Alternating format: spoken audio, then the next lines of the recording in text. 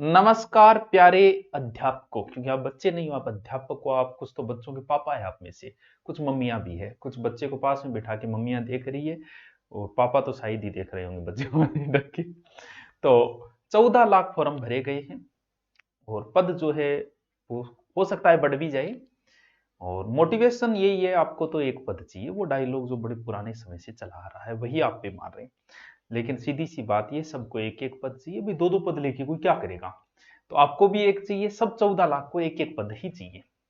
तो तैयारी जारी रखो, अभी 60% का जुगाड़ बिठाओ। शायद पढ़ने वाले बच्चे मुश्किल से 1 या 1.5 लाख है, सच्चाई यही है। क्योंकि हम यूट्यूब व्यू के आधार पे अंदाजा लगा लेते हैं कि इस भर्ती का कितना क्या माहौल है। ठीक है, हाँ मेरे ठीक आ रहे हैं, शिक्षण विधियां अच्छी पढ़ रहे हैं बच्चे। और ठीक है, आपके समझ में आनी चाहिए भी। आपका ये जो मोटिवेशन है ना, आप देखते हो तो फिर मन करता है कि यार करवा देते हैं। जब आपकी रुचि नहीं होगी तो फिर हमारी भी नहीं होगी, सीधी सी बात ये है। हम हमारे लिए भी कर रहे हैं और आपके लिए भी कर रहे हैं, दोनों ही बात है। हमारा स्वार्थ ज्यादा होता है कि चलो हम पढ़ाएंगे तो ही तो जिंदा रहेंगे, अध्यापक पढ़ाएगा तो ही तो जिंदा रहेगा, नहीं पढ़ाएगा तो फिर क्या बचेगा। तो शिक्षण विधियां ये थोड़ा सा पार्ट लंबा है, थोड़ा ज्यादा पढ़ना पड़ता है। बातें तो काम की बातें तो कम मिलती है, लेकिन फिर भी पूरा डिटेल तो करवाना पड़ता है भाई, सीधी सी बात ये है। और अब रीट का ज्यादा समय आपका बचा नहीं है। इस समय में लास्ट बार कोई लेना चाहे कोर्स तो रिकॉर्डेड मात्र 599 में है और लाइव और रिकॉर्डेड 999 में है। ट्रायल रिकॉर्डेड लगभग पूरा हो चुका है, 30% बचा है, तो आप ये भी ले सकते हो। ये इसलिए है कि जैसे किसी बच्चे को साइकोलॉजी के 2 टॉपिक नहीं आते तो वो ज्यादा पचड़े में मत फंसो, उस रिकॉर्डेड में जाओ, वो 2 टॉपिक पढ़ लो बस। किसी को शिक्षण विधि नहीं आती, ये नहीं है कि आप पूरा कोर्स अब पढ़ोगे, नहीं पढ़ सकते। भी वही बात है, 599 किताब आती है, 599 का कोर्स हो गया आपको। ये सिर्फ आपको ये है कि जो चीज नहीं आ रही है, जैसे सिंधु घाटी समझ में नहीं है तो ओनली सिंधु घाटी पढ़नी है आपको। जैसे गांधी समझ में नहीं है तो सिर्फ गांधी पढ़ना है आपको। ये नहीं है कि पचड़े में अब फंसना है, नहीं। बस ठीक है, कोर्स एक जगह पढ़ा है कि मुझे हिस्ट्री का ये टॉपिक देखना है, कल्चर का ये देखना है, इसका ये देखना है, इसलिए तो भागते चोर की लंगोटी बा। तो ठीक है, 599 ले लिए, या फिर वो लाइव लेना चाहो तो वो ले लो 999 वाला। सर कब तक रहेगा? रख देंगे, आपके मेन एग्जाम तक रख देंगे, सीधी सी बात है। मेन एग्जाम तक रह जाएगा, फिर मेन एग्जाम का दोबारा शुरू करेंगे। बाकी इसमें रह जाएगा आपका मेन एग्जाम तक, क्योंकि लगभग 60% सिलेबस है में। अब हमारा क्या चल रहा था? शिक्षण विधि चल रही थी। शिक्षण विधि में मैंने आपको क्या करा दिया? हम आपको सबसे पहले हमने आपको क्या किया था? हाँ, सुनना। ठीक है, सुनने के बाद में सर फिर तो बोलना, क्योंकि सुनेगा तो ही तो बोलेगा। हमने सुनना और बोलना तो सीख लिया। अब हमें क्या सीखना है? अब हमें पढ़ना सीखना है, पठन। और पढ़ने के बाद में सीखना है बच्चों लिखना। यानी मैं एक एक इसका एक पार्ट डाला था, ये दूसरे पार्ट में करवाया मैंने। आज मैं आपको ये कराऊंगा, कल इसको कंप्लीट कर दूंगा। थोड़ा सा ज्यादा पढ़ना पड़ता है मुझे, आपसे ज्यादा मुझे पढ़ना पड़ता है, क्योंकि मन ने समझ में आओगे जदी तो मैं थाने समझाऊंगा, मेरे को समझ में आयो मैं बांचना शुरू कर दूंगा तो क्या फायदा फिर। पठन या वाचन कौशल, ठीक है। पढ़ना सीखना है, सीखना क्या सिखाना ये है। भाषा शिक्षण के 4 मूलभूत कौशल बताए, वही जो पीछे जिक्र कर रहे हैं। पठन कौशल का अपना एक अलग ही महत्व है, सबसे इंपॉर्टेंट महत्व है।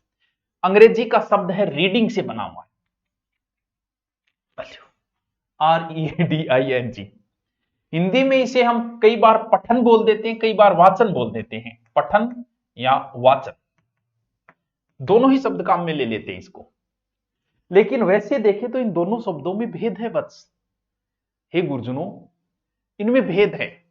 वाचन का अर्थ होता है जोर जोर से पढ़ना, जल्दी जल्दी लाग रहे और भी आनंद लेने लाग रहे अभी पढ़ना, वो तो होता है वाचन। पठन का अर्थ होता है मौन होके स्वयं पढ़ने वाला आनंद ले रहा है। कोई उपन्यास पढ़ रहा है, कहानी पढ़ रहा है, कुछ ही पढ़ रहा है, औरों को भी आनंद दिला रहा है तो जोर जोर से वाचन। खुद पढ़ रहा है तो वो हो गया पठन। समझ गए बात को? सर समझ गए। अब पठन और वाचन के मूलभूत कुछ आधार हैं, यानी चाहे पठन कह दो चाहे वाचन कह दो, 2 प्रमुख आधार है। एक तो है वाचन मुद्रा, समझना है बस आपको, फिर आप जैसे ही अपनी गाइड में पढ़ोगे आपके सब कुछ समझ में आ जाएगा। एक है वाचन शैली, 2 तरीके हो तो वही को, यानी पढ़ने के 2 आधार है। वाचन मुद्रा, वाचन मुद्रो जब मैं पढ़ रही हूं, बैठ के पढ़ रहा हूं, खड़ा होके, जैसे भी है कि यहां खड़े हो रही हूं, के सामग्री है मेरे कर पढ़ने की, कौन सा हाथ में किताब पकड़ रखी है, कैंडप पकड़ रखी है, और आंखों के हाव भाव क्या है, हाथों की, क्यों अभी आगे बताऊंगा किताब लेने में कितने डिग्री का एंगल बनना चाहिए, ये वो चीजें। 1 मिनट टाबरियो, 1 मिनट, ठीक है। और अंगों का संचालन, ये वो कभी भी अध्यापक को ऐसे करके नहीं बोलना चाहिए, अरे हाथ सागा आना चाहिए, गद्दा ही गद, मी यार भी यार। अच्छे अध्यापक के हाथ ज्यादा हिलेंगे, ध्यान रखना, ठीक है, क्योंकि हाथ पैर हिलना बड़ा जरूरी है, क्योंकि इससे एक अलग माहौल बनता है।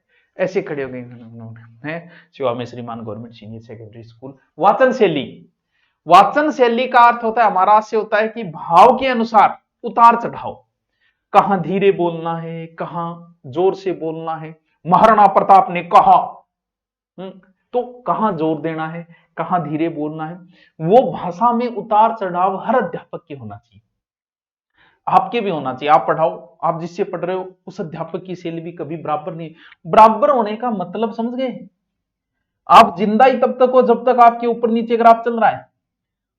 जैसे नहीं देखते क्या आप फिल्मों में देखा होगा, ये लाइनें चलती है, उस लाइन की तरफ डॉक्टर देखता है। अब आप समझो वो लाइन की है, जब तक उतार चढ़ाव है तब तक जिंदा हो आप, और सीधी लाइन होने का मतलब सीधे हो आप, गए ऊपर, राम नाम सत डॉक्टर लिखेगा एम सो सॉरी। तो अध्यापक के भी बोलने में उतार चढ़ाव होना चाहिए, कहां उसे धीरे बोलना है, कहां जोर से बोलना है। अब पढ़ते समय के ध्यान रखनी है वो चीज क्या बताया, एक वाचन मुद्रा होती है, एक वाचन शैली होती है, क्या क्या ध्यान रखना है। आप बस समझते जाओ, सुनते जाओ, आप तो डबल स्पीड करके सुनते जाओ, ठीक है। पढ़ते समय किन किन चीजों का ध्यान रखना है,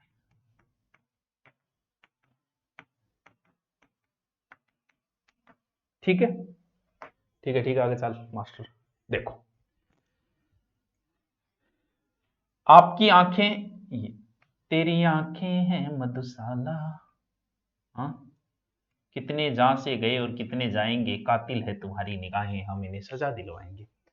आपकी आंखें और किताब के बीच में ये है बुक, इसके बीच में 1 फुट की दूरी तो होनी चाहिए, 1 फुट इतो सो, क्योंकि ज्यादा नजदीक नहीं होना चाहिए, ज्यादा दूरी भी नहीं होनी चाहिए, क्योंकि ज्यादा दूरी होगी तो आपको ध्यान लगाना पड़ेगा आंखों से, इससे आंखें खराब होती है। जैसे गाड़ी में बैठ के आप मोबाइल चलाते हो, चैट करते हो, तो मोबाइल चलाना आप कुछ देख रहे हो वो ठीक है, चैट करते हो तो आपको बड़ा ध्यान आंखों पे लोड पड़ता है, तो ज्यादा दूरी भी नहीं होनी चाहिए, नजदीक भी नहीं। पुस्तक को इस प्रकार पकड़ा जाए कि बाईं ओर से प्रकाश आए, यानी दूरी 1 फुट, प्रकाश किधर से आए, बाईं ओर से। वैसे जब भी आप किताब आपके रूम में भी पढ़ते हो तो बहुत सी भाग भंगिमाएं डिपेंड करती है, कमर हमेशा आपकी सीधी रहनी चाहिए पढ़ते समय, सेल्फ स्टडी के समय सीधी कमर से आप 8 घंटे भी बैठ सकते हो, लेकिन आप कमर मोड़ के यहाँ बैठोगा नहीं तो आपका शरीर दुख पाता है, और शरीर दुख पाते ही आपको परेशान कर देगा शरीर। रीड का अर्थ होता है सीधा, हमेशा सीधे बैठिए। प्रकाश कहां से आ रहा है वो ध्यान जरूरी है, बुक के ऊपर पढ़ना चाहिए, आपकी आंख के ऊपर पढ़ना कोई जरूरी नहीं है। कुछ लैंप रखते हैं तो वो बुक, हमें तो बुक देखनी है, मैं आंखों, तो हमारी आंखों पे लोड नहीं पड़ना चाहिए, बुक के ऊपर सीधा प्रकाश पड़ना जरूरी होता है। और अगर ऐसे एकदम नीचे करके ऐसे पढ़ते हो तो आंखों पे लोड पड़ता है, तो इस वजह से आंखें जल्दी खराब हो जाती है। तो एंगल एकदम सही, ऐसे एंगल होना चाहिए हमेशा। पढ़ने की गति न तो ज्यादा जल्दी व न धीरे, आंखों को या फिर एकदम ना ज्यादा जल्दी ना धीरे, मन आराम से पढ़ो। और पाठ का आरंभ एंड अंत ये दोनों स्लो गति से होने चाहिए, फिर रगड़ दो भलाई। शुरुआत में बहुत धीरे धीरे मंद गति से होने चाहिए, बीच में आपका उतार चढ़ाव सब आएगा, और अंत भी हमेशा एकदम मंद गति से होना चाहिए। पाठ का आरंभ और अंत साइलेंट धीरे से, बाकी चल रहे। उच्चारण आपका एकदम शुद्ध होना चाहिए, स्पष्ट। को नहीं के बोल रहे हो अगला समझ में को नहीं, ठीक है। और पढ़ते समय मुख्य भाव भी झलकने चाहिए, को नहीं मुंह लटका गेर पढ़न लाग रहे, एक बार एक लोमड़ी थी, वो इधर उधर भटक रही थी, उसे एक अंगूर दिखाई दिया, अच्छा अंगूर दिखाई थी, और तो क्या करना है आपको, आपके मुख से भी दिखना चाहिए कि अंगूर दिखो, उसे अंगूर दिखाई दिया, मुख से झलकना चाहिए कि वास्तव में अंगूर दिखे। क्यों, तो ये अध्यापक के एक लक्षण है, इससे क्या है, बच्चे को पढ़ने में रुचि बनती है। अब बात यह कि इनकी उद्देश्य क्या है भाई, वाचन की उद्देश्य क्या है, क्यों पढ़ाया जाएगा आपको, क्यों जरूरी है भाई। पढ़ोगा जदि तो स्वर व्यंजन आरो अवरो सीखोगा, और जब आछो पढ़ोगा जदि तो श्रोता ने मंत्र मुग्ध कर सकोगा। भाई कथा सुना रहे, एक बाबा कथा सुना रहे, नींद आ रही है, एक बाबा कथा सुना रहे, नींद सार रही को नहीं, ये आपके बोलने पे डिपेंड करता है, ठीक है। और जब वो आप पढ़ोगे तो ही तो उसके भाव को समझ पाओगे, तो भाव को भी समझाना होता है, सार्थक शब्दों के अर्थ भी आपको समझाना होता है। क्यों ये उद्देश्य, या मैं ये कह दूं कि पठन का अर्थ ग्रहण करने में पेपर क्या महत्व है, छोटी छोटी बातें ही, यहां से प्रश्न तो पूछेगा तो भी आप कर दोगे। पढ़ने से आपने क्या लिखा है वो सामग्री को आप समझ पाओगे, भाव को समझ पाओगे, क्या कहना चाह रहा है वो समझ पाओगे। क्यों, प्रश्न पढ़ने के बाद ही तो उत्तर दे पाओगे। शब्दों से परिचित होंगे, लोकोक्ति मुहावरों से आप परिचित होंगे, साहित्यों से आप परिचित तभी होंगे जब आपको पढ़ना आएगा। यति गति लय आदि सीख पाओगे किससे, पढ़ना आएगा तभी। संधि समास उपसर्ग कद सीख पाओगे, पढ़ना आएगा तो ही सीख पाओगे। इसलिए पढ़ाई का बड़ा ही महत्व है, तो पढ़ना आना आपको बहुत जरूरी है। अब है कि इन वाचन के कितने भेद हैं, हम भेदों को देखते हैं। इन भेदों को दो भागों में बांटा गया। वाचन बोल लो, वैसे तीन आधार पे मुख्यतः हम दो पढ़ते हैं। इसमें क्या है, एक तो है पाठकों के आधार पे। पाठकों का मतलब क्या हो गया, हम पढ़ने वाले, हमारे आधार पे। एक अभिव्यक्ति के आधार पे पढ़ना चल रहा है, एक सामान्य आधार सहस्वर और मौन वाचन, एक सामान्य आधार। यानी पढ़ने का मुख्य रूप से तीन आधार बताए गए, वाचन के तीन भेद बताए गए। एक तो पाठकों के आधार, अब एक एक हम उठाएंगे। जैसे पाठकों के आधार दो प्रकार से, बस समझते जाना आप। पाठक मतलब आप, एक आप हो यानी व्यक्तिगत, ठीक है, एक सामूहिक। समझे बात, केवल एक व्यक्ति, जैसे या फिर शिक्षक बच्चों के बीच बात हो रही, वो सामूहिक। या पूरी कक्षा में चल रही पढ़ाई, पढ़ो भाई, वो क्या होता है सामूहिक, बहुत से नॉर्मल शब्द है, शब्दों से पहचान जाओगे। अगला है अभिव्यक्ति, यहां से वो कुछ प्रश्न, कुछ टाइप के प्रश्न पुटअप कर सकता है, किसके आधार पे, अभिव्यक्ति के आधार पे। इसमें है एक आदर्श वाचन। देखो आदर्श वाचन की चीज है, आदर्श कौन होता है, सर शिक्षक हमारे आदर्श है, बस। तो शिक्षक द्वारा किया जाने वाला वाचन आदर्श वाचन। अनुकरण वाचन, अनुकरण वाचन यो कौन सो है, शिक्षक का आपको निर्देश देगो और छात्रों द्वारा एक एक करके किया जाने वाला वाचन। खड़े हो, खड़े हो, खड़े हो। बाकी किताब लेर बा लाइन ध्यान रखे, अंग्रेजी में तो बड़ी समस्या आती। यहाँ देखता का ई लाइन पढ़ी तो मेरा आ लाइन बनती आओगी, वो पहले रट्टा मारे रखता। वो एक प्रकार का अनुकरण है, तू चाल तू चाल तू चाल। एक है अनुवाचन, अनुवाचन वो कौन सो है, शिक्षक के उच्चारण के बाद में बिया की बिया शब्द या लाइन छात्र बोलेगा, वो है शिक्षक जैसा बोल रहा है, वंश देर बाजे करो, टाबर बोला वंश देर बाजे करो, वो है अनुवाचन या शिक्षक का पीछा करना, अनुकरना। एक वह द्रुत वाचन, द्रुत माने कि वह बहुत ही द्रुत गतियों गया, नाम तो सुने डोगे, शीघ्रता से किया जाने वाला, जल्दी जल्दी जल्दी बांचते हो, ये बताया मैं, ये तो जट बहुत बढ़ गया था। पाठकांग आधार पर दो आराम से कर दो क्या, अभिव्यक्ति के आधार पर चार प्रकार है, आदर्श है, अनुकरण है, अनुवाचन है और द्रुत वाचन है। फिर सामान्य आधार पे, ये तो इजी है, सामान्य आधार पे तो आप ही बता दो। सामान्य आधार पे दो है, एक सह स्वर एक मौन, सह स्वर वाचन और एक मौन वाचन। सह स्वर वाचन मुख से किया जाने वाला वाचन अन्य व्यक्तियों को सुनाई दे जाता है, सहस्वर वाचन है। जो मुंह बकरे हूं वो सहस्वर वाचन है। फिर सहस्वर वाचन का फिर भेद करे, यानी इसके फिर उपवे सहस्वर वाचन, जैसे मैं बोल रहा हूं वो सहस्वर वाचन है। इसमें है एक आदर्श वाचन जो पहले आया वो। सहस्वर वाचन के फिर भेद है। कोई भी टीचर गद्य या पद्य पाठ पढ़ाओ, बी टाइम शिक्षक के द्वारा जो को उतार चढ़ावा हुआ है, आरोह अवरोह, वो वाचन आदर्श वाचन में। शिक्षक पढ़ा रहा है गद्य पद्य, कहीं ऊंचाई नीचे, कहीं कविता जल्दी बोल रहा है, कहीं धीरे बोल रहा है, वो है। अगर गद्य पाठ पढ़ रहे तो एक बार, और पद्य पाठ पढ़ रहे तो 3 बार वाचन होना चाहिए। कविता आपको क्लास में कम से कम 3 बार पढ़ानी चाहिए, गद्य एक बार। वो आदर्श वाचन है। शिक्षक अपने ऐसा, आदर्श कौन है? शिक्षक है। अभी बताया आदर्श शिक्षक है, तो वही वाचन कौन सा? आदर्श वाचन। फिर अनुकरण, दोबारा फिर अनुकरण, अनुकरण वाचन। छात्रों द्वारा खड़े होंगे, एक एक करके वाचन करिए। जैसे कि पहली बात आई, बाई वापस है। 40 मिनट को अगर पीरियड है, 40 मिनट की अगर पाठ योजना है, तो न्यूनतम 5 लेके अधिकतम 8 छात्रा ने आ काम करवाओ थे। भी रोज रोज तो हम नहीं कर सकते, लेकिन कम से कम 5 व 8 छात्रा ने वो अनुकरण वाचन जरूर कराओ। समझे? अनुकरण मतलब एक एक टावर पढ़ रहे वो। और अनुकरण वाचन पहले बढ़िया जो इंटेलिजेंट टावर बीक नु कराओ, जगह की भाषा शुद्ध है, क्लास में आवाज पूरी सुन दिया, बोलने में स्पष्ट हुए, बिन के करवाओगा पहले करो। समझ गया? यानी सहस्वर वाचन में आदर्श वाचन, अनुकरण वाचन, आ दोनों आगे टेम कुछ सावधानियां रखनी है। वह देखो कि बठू के तो कोई प्रश्न पुटक करती, यानी इन दोनों वाचनों के समय कुछ सावधानियां रखनी। क्या क्या सावधानियां रखनी है बच्चों? बस देखते जाओ थे तो मन देखो सही, आवाज सुनो।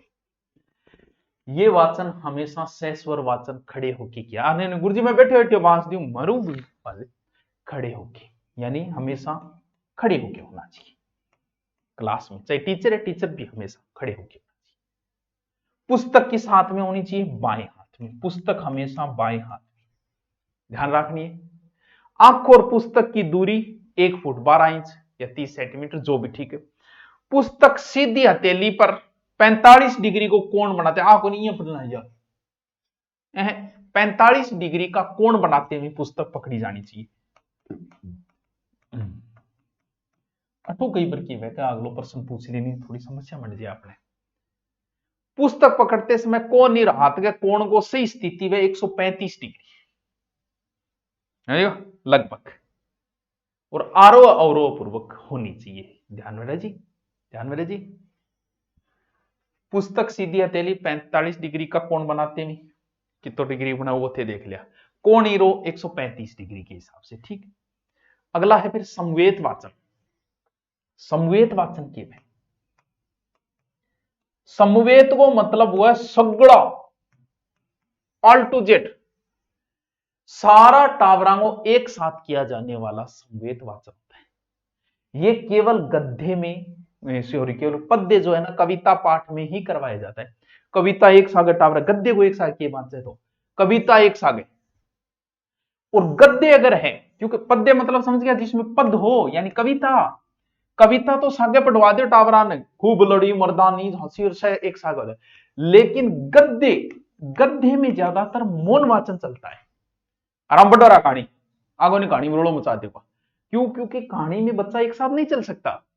उसने कहा, ये कहा, इसको पकड़ा, लोमड़ी गई, अंगूर चले हैं, जबकि कविता एक साथ पूरी क्लास बोल सकती है।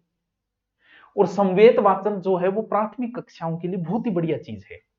माध्यमिक कक्षाओं में वैसे इसका कोई स्थान नहीं है। समवेता मतलब एक सागे, एक सागे किसमें? कविता एक सागे बोल लो, चलो एक कविता सुनते एक साथ, ठीक है। गणों भी एक सागे घास कहां है, गणों भी घास कहां, लेकिन गद्य नहीं हो सकता, कहानी एक सागे थोड़ी बोली, झगड़ा टावर थोड़ी बोला कहानी। तो वो हो गया समवेत वाचन, जो छोटी कक्षाओं के लिए उपयोगी है। आ जाओ दूसरों की बताओ, मौन वाचन। मौन व मतलब समझिए, हमारे मुनि बाबा है, एक कदी बोले वो आपने मौन वाचन किए, मेरे परिभाषा देखा नहीं, हमारे मुख से किया जाने वाला वाचन लेकिन हमारे अलावा किसी को ना सुने, वही मौन वाचन है। मैं बोल रही हूं और मन ही सुन रही है। कई गुरुजी तो मैं खुसर फुसर करूं फोन पर रात ने, तो वो भी तो तन्नी सुने, मौन वाचन में तू रख सके। ठीक है, यानी मेरी बात मुझे ही सुनाई दी, किसी और का ना अच्छा आगे सुन रही है बात, चलो कोई बात, फिर मौन वाचन में नहीं रखते, ठीक है। मौन वाचन है वो। अब मौन वाचन में कई चीजें हैं। एक तो गहन अध्ययन के लिए, अभी तो आप नॉर्मल कुछ पढ़ रहे हो, जब आप गहन अध्ययन करना हो किसी चीज को समझते में, तो बोल बोल के, देख बोलना भी कोई गलत नहीं, कुछ बच्चे बोल बोल के पढ़ते हैं। जब कोई चीज आप बोलते हो तो आपके कानों को सुनाई देती है और सुनी हुई चीज याद रहती है। जैसे बहुत सारे गाने हैं, सबने सुने होंगे, जी हाले मस्ती मकम्बरन जिस बहाले ही जरा बेचारा दिल है। हर गाना आपको परदेसी परदेसी जाना नहीं, हर गाने का दो चार बोल थारे याद है, क्यों? आपने रटे थोड़ी, लिख थोड़ी रखे हैं, वो आपने सुने, सुने तो आपको याद हो गई। बहुत सी शायरियां आपने 5-7 बार सुनी, आपको याद हो गई, तो सुनी हुई चीज याद रहती है। जैसे बहुत से बच्चे बोलकर पढ़ते हैं, तो लेकिन उसका नुकसान है कि आप गहन अध्ययन नहीं कर पाते, आपकी बुद्धिक विकास नहीं हो पाता इससे, वो रट्टा फिक्सिंग पद्धति है, पास वाले को डिस्टर्ब भी करती है। तो मौन वाचन में गहन अध्ययन जो है, मौन पठन की गति अत्यधिक धीमी हो तब गहन अध्ययन में स्पीड स्लो हो जाती है, क्योंकि उसे समझते में आगे बढ़ना पड़ता है। एक होता है द्रुत वाचन। द्रुत वाचन, द्रुत को अर्थ क्या है? तेज, जल्दी जल्दी। सर जल्दी जल्दी क्या पढ़ दे? आपने कभी उपन्यास पढ़ा है? इतना मोटा होता है उपन्यास। अब उस उपन्यास में अगर आप धीरे धीरे पढ़ोगे तो उपन्यास कंप्लीट ही नहीं होगा। तो कहानी, उपन्यास, नाटक, एकांकी, ये चीजें पढ़ने के लिए हमें स्पीड चाहिए, और हम स्पीड से इन चीजों को कंप्लीट कर सकते हैं। तो द्रुत वाचन किन में होता है? कहानी पढ़नी हो, उपन्यास पढ़ना हो, ठीक है, कहानी समझ में आती जा रही है, आप आराम से पढ़ो। विहंगलोकन, वो कौन सी पद्धति होगी भी? विहंगलोकन। एक तो सिंहावलोकन, विहंगलोकन। विहंगलोकन जो विहंग पक्षी है, विहंग एक प्रायवाची है पक्षी का, यानी पक्षी की तरह अवलोकन। हमारे द्वारा जो भी ज्ञान अर्जित किया गया विस्तृत करने, जिज्ञासा, मतलब ठीक है रामायण मेरी पढ़ में दोबारा पढ़ना, सरसरी नजर आऊंगा, ये वो चीजें, जैसे किसी धार्मिक ग्रंथ को पढ़ना है, मेरा पहले पढ़ा हुआ है, तो मैं कुछ ऐसे द्रुत गति से कई बार रिपीट, जैसे आप मारते हो, आपको कोई टॉपिक याद है, 58 की क्रांति याद है, तो आप ऐसे जल्दी जल्दी 58 की क्रांति, ये नसीराबाद छावनी, ये वो छावनी, वो चीजें समझ गए। सर मौन वाचन कद्दू कक्षा बिया तो आ माना कि तीसरी क्लास चालू कर देना चाहिए, तीसरी क्लास उठा पर क्या मौन वाचन करेगा, मानते हैं, लेकिन वैसे देखें तो छठी क्लास में तो ये शुरू हो ही जाना चाहिए। यहां तो बहुत जरूरी है, यहां तो बल ही देना है मौन वाचन पे, सेल्फ स्टडी पे। और मौन वाचन की शुरुआत में सहस्वर वाचन में करी जाए बाद में। अब बताओ इनकी समस्या इधर, मनोविज्ञान है एक जुड़, अच्छा क्यों जुड़े हो बेरो को नहीं, वो आके कि मौन पठन की शुरुआत जो है वो उच्च माध्यमिक स्तर या उच्च स्तर पर ही की जानी चाहिए। बाकी ये कहते हैं कि तीसरी से कर देना चाहिए, लेकिन छठी में तो करना ही करना है। और मौन वाचन करना बच्चा सीख जाता है और सहस्वर वाचन की आदत को छोड़ देता है, पहले एक साथ फिर मौन वाचन पे आता है, जुड़ कहता है ये। अब बताओ बताओ, अब है वाचन की कुछ विधियां। गुरुजी बहुत लंबो टॉपिक है, नहीं तो हूं कहीं कर उठा बरो हैं, थे बताओ। यानी वाचन कौशल की विधियां, जैसे हमने पहले पढ़ने की उनकी विधियां पढ़ी थी, अब वाचन कौशल की भी बच्चों विधियां हैं, कौशल की विधियां। अब जैसे ही आप गाइड में इन टॉपिक को पढ़ोगे आपके आराम से समझ में आ जाएगी। फिर एक तो है शब्द के आधार पर, शब्द स्तर के आधार पे वाचन पढ़ना, ठीक है। एक है अर्थ ग्रहण के आधार पे, दो प्रकार है इनका। देखो पहले हम देखते हैं कि शब्द तत्व के आधार पे कौन कौन सी। एक तो है वर्णबोध, नाम आप देखोगे तो नाम से लगभग अर्थ निकल जाता है बाहर। अक्षर बोध या उच्चारण, इसका मतलब यह है, पहले छात्रों को वर्णों का ज्ञान कराया जाता है। वर्णों में भी पहले क्या पढ़ाया जाता है? स्वर। अगर आपको याद हो तो पहले ए आ सीखा था हमने, उसके बाद में क का सीखा था। तो पहले वर्णों का ज्ञान दो बच्चों को, वर्णबोध होना चाहिए। वर्णों में पहले किसका होना चाहिए? स्वरों का होना चाहिए। दूसरी है ध्वनि साम्य विधि।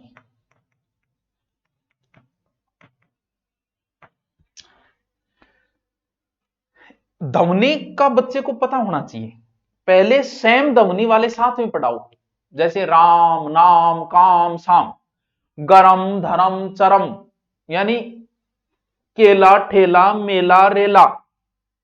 हाँ, यानी एक जैसे शब्द बच्चे को एक साथ पढ़ाओ, वो है ध्वनि साम्य विधि। तीसरी भाषा यंत्र या स्वरोच्चारण विधि। स्वरोच्चारण विधि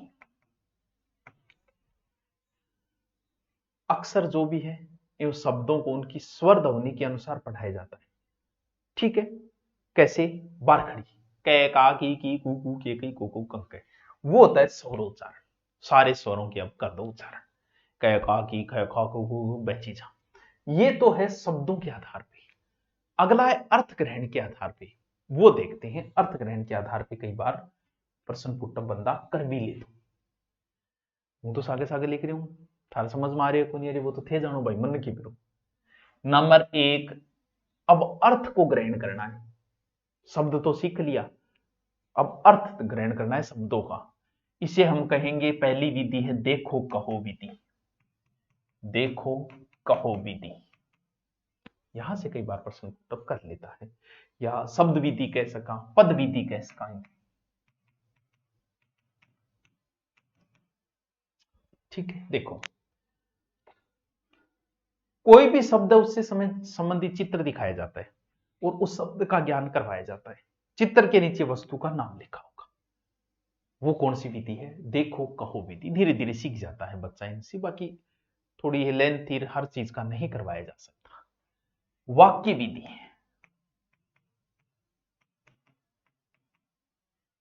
वाक्य विधि कह के बच्चे ने शुरुआत में वाक्य हुई ही वाचन करवाना चाहिए, लंबे लंबे वाक्य। और इस विधि को मनोवैज्ञानिक भी माना है, यानी पहले होना चाहिए वाक्य। वाक्य मतलब राम आम खाता है, वो एक वाक्य है। फिर बिगमाओ शब्द, यानी राम आम खाता है। पहले तो वाक्य तैयार करवाओ, वाक्यों के बाद में शब्द पर आओ, शब्द के बाद में वर्ण पर आओ, और फिर बच्चा वाचन को अभ्यास कराओ। ये अच्छी विधि और मानी गई है, हम तो इस विधि से कभी पढ़े नहीं। बाकी ये सबसे अच्छी की वाक्य विधि, पहले वाक्य बताओ, फिर उसके शब्द बताओ, फिर उसके वर्ण बताओ, और मनोवैज्ञानिक विधि मानी गई है ये। अगली है कौन सी? कहानी विधि। कौन सी विधियों पढ़ाओ? कहानी विधियों। नाम से भी बेरोचान लगे। छोटे छोटे वाक्यों की कहानी बनाओ, चार टाम बनाओ, चित्र में बनाओ, छोटे बच्चों के समक्ष प्रस्तुत कर दो। शिक्षक उस कहानी को कक्षा में कहता है, कौए की है तो कौए की कहानी आ गई, और श्याम पट लिखवाता है, वाचन करवाता है। जैसे काग लगी बा कहानी आ गई, कंकड़ गिरना की बेबीसी। ठीक है जी गुरु जी, ठीक ठाक तो है, पर बट वास्तव में टॉपिक ठाडो हो तुम तो। एक है अनुकरण विधि। ये वैसे तो देखो और कहो विधि का ही विस्तृत रूप है, स्वरूप है।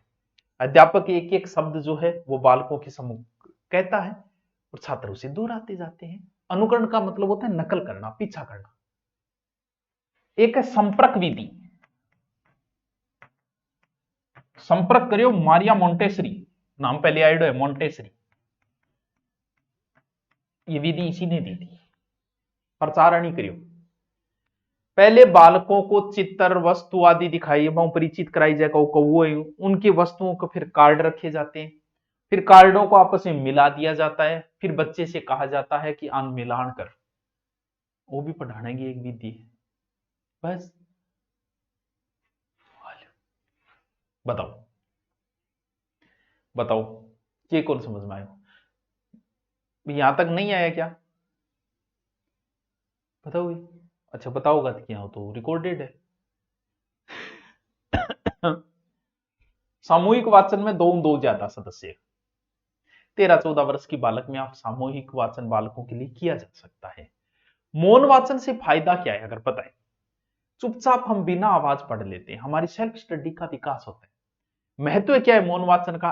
थकान नहीं होती मौन वाचन में।